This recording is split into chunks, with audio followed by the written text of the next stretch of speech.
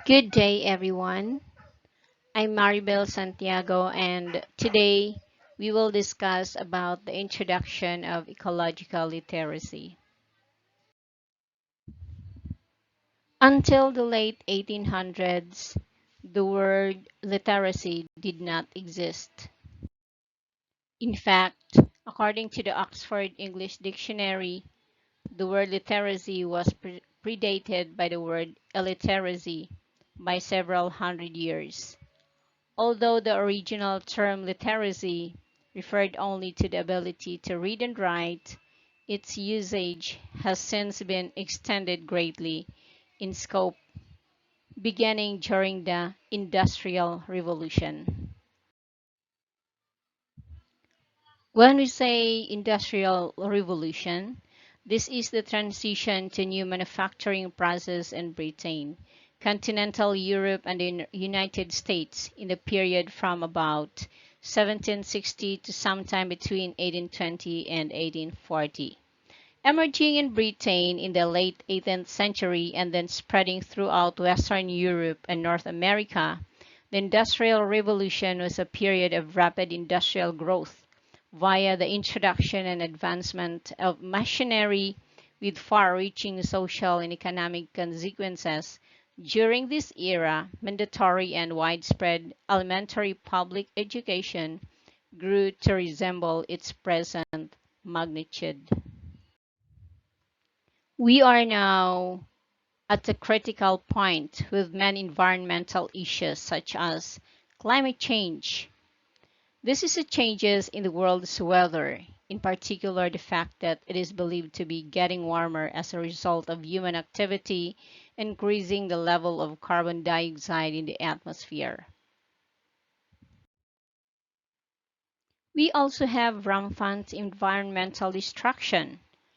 Alienation from nature greatly contributes to the aggravation of these environmental problems.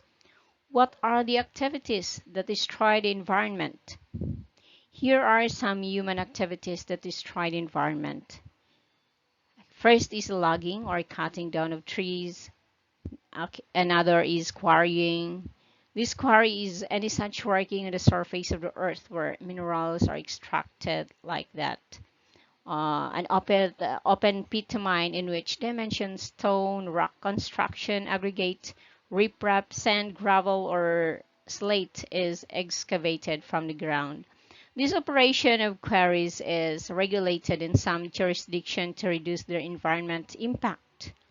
Also have sand winning, as you can see in the picture, uh, bush burning. Yes, we also have bush burning here and some other more, just like the open defecation, especially in water bodies, burning of fossil fuel and toxic gases, and some other more.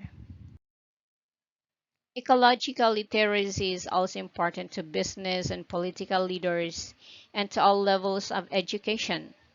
According to Fritjof Capra, in the coming decades, the survival of humanity will depend on our ecological literacy, our ability to understand the basic principles of ecology and to live accordingly. So this means that ecoliteracy must become a critical skill for politicians, business leaders, and professionals in all spheres, and should be the most important part of education at all levels, from primary and secondary schools to colleges, universities, and the continuing education and training of professionals. So what is ecological literacy? Ecological literacy refers to an individual understanding not only of ecological concepts but also of his or her place in the ecosystem. So this term ecological literacy was first introduced by David Orr in 1989 in his essay Ecological Literacy. It is also enables conscious and participant citizens to make informed decisions or take action on environmental issues It is also indicated on knowing, caring, and practical competence from foundation for ecological literacy. It pointed out on root of environmental crisis is the individual's inability to think about ecological patterns, systems, and causation and long-term effect of human actions. Knowing. Children need to have some knowledge about ecology in order to be good citizens of planet Earth. Care. People should care deeply about practices that offer a strong foundation of becoming eco-literate. It is important to take care of our nature, what they could do to help, and how is the experience of caring the environment made them feel. And for about the practical competence, we should know some ecology skills. So this is to be able for us to be practically competent. He also emphasized the importance of experience in one's natural environment that can be enable humans to shift perspective from one of an economic emphasis to one of balance amongst economics, ecology, and cultures. And here, ecology plays a bigger part of this.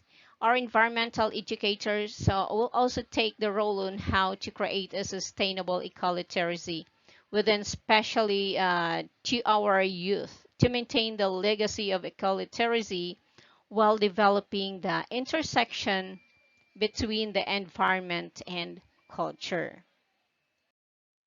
Or in 1992, also argued that ecologically literate person understands the dynamics of the environmental crisis, which includes an understanding of how people have become so destructive. So, what do we usually do to lessen humanity's negative impact to the environment? We should think some solutions on how to reduce some environmental issues, just like what we are facing right at the moment. So, therefore, identifying school students' ecological literacy level is a necessary step to investigate their behavior, attitudes, sensitivity, and behavioral intention. In order to create awareness among students, it is important to foster correct knowledge to ensure positive approach to the environment. Also stated that positive attitudes and values towards the environment are occurred with a good knowledge. Another one. Developing environmental responsible behavior requires correct knowledge about climate change, the cause of global warming, carbon emissions, and carbon footprint by Ku and Chen in 2009. Okay, so what is an ecologically literate society? And here is the answer. An ecologically literate society would be a sustainable society which did not destroy the natural environment on which they depend. Okay, so in today's world, we are bombarded with industry, economic advancement, with the progress of our new technology. So as our world becomes high tech with our gadgets, produce more products for our consumer world, so maybe we may soon face the environmental issues or environmental problems. This is also due to our overconsumption of resources and our excessive industrial lifestyle, and it cannot be